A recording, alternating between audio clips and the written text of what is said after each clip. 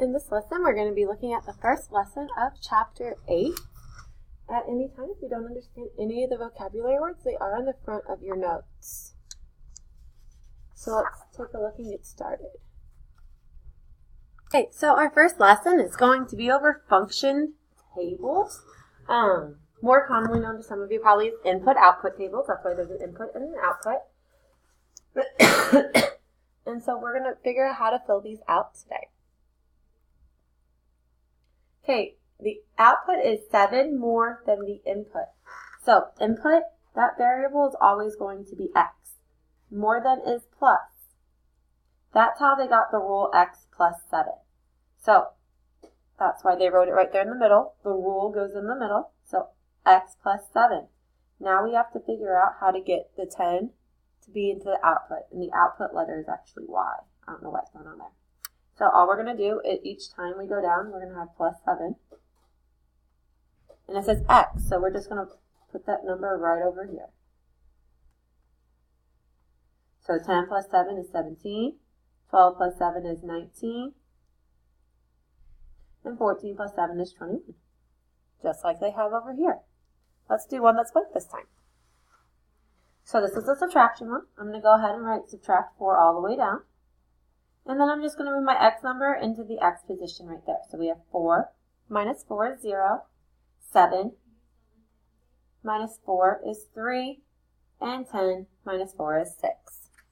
We can also do multiplication with it. So we're going to have 3 times, we use the dot as a multiplication sign. So 3 times 0 is 0.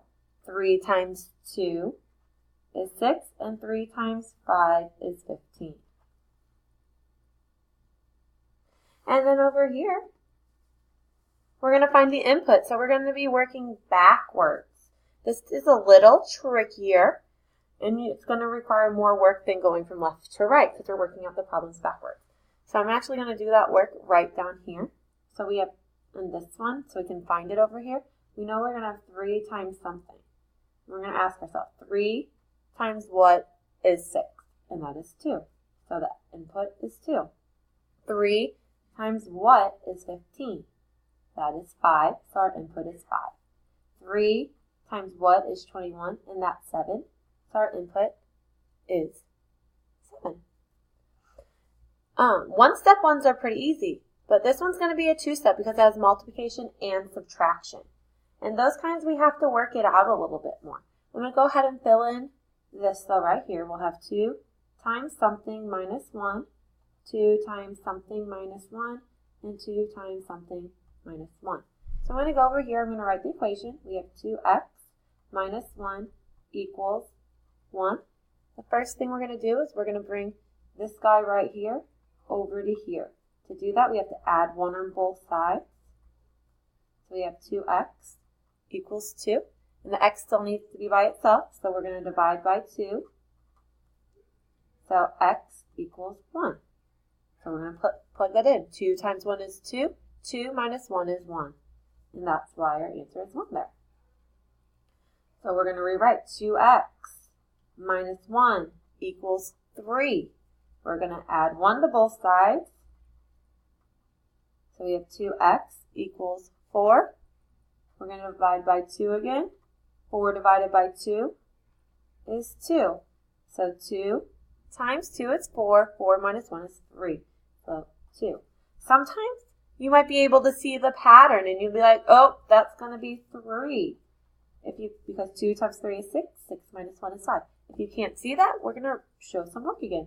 So 2x minus 1 equals 5. We add 1 to both sides. So we have 2x equals 6. And then we divide by 2, so we have x by itself. So x equals 3, just like we did up there. Here's another two-step equation. I'm going to go ahead and write this all out right here. So 3 times what plus 2. 3 times what plus 2. And 3 times what plus 2. Sometimes you could get lucky and just plug some numbers in to try to figure out what it is. But the quickest, most surefire way is actually to work it out. So we have 3x plus 2 equals 17. We need to get this number to that side, so the opposite of adding to is subtracting to. So 3x equals 15. And now we want x by itself, so the opposite of multiplying by 3 is dividing by 3. So 15 divided by 3 is 5. So we have 5 as our x.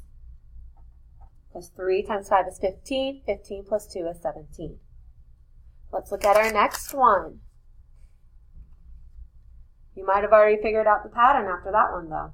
So 3x plus 2 equals 20. We need it. Opposite of adding is subtracting 2. So we have 3x equals 18. The opposite of multiplying by 3 is dividing by 3. 18 divided by 3 is 6. So we're going to plug our 6 in. 3 times 6 is 18. 18 plus 2 is 20. It's always important to solve that to make sure you get the output number so you know you're right. The next one we're going to do is 3x plus 2 equals 29. The opposite of adding 2 is subtracting 2 because we need to get x by itself. So we get 27 here. The opposite of multiplying by 3 is dividing by 3. And 27 divided by 3 is 9. So let's make sure this works. 3 times 9 is 27. 27 plus 2 is 29. So that is your input. If you need to do more practice on these, make sure you're opening up your book and looking at some of those problems. You can also go to Khan Academy or to YouTube to check them out too.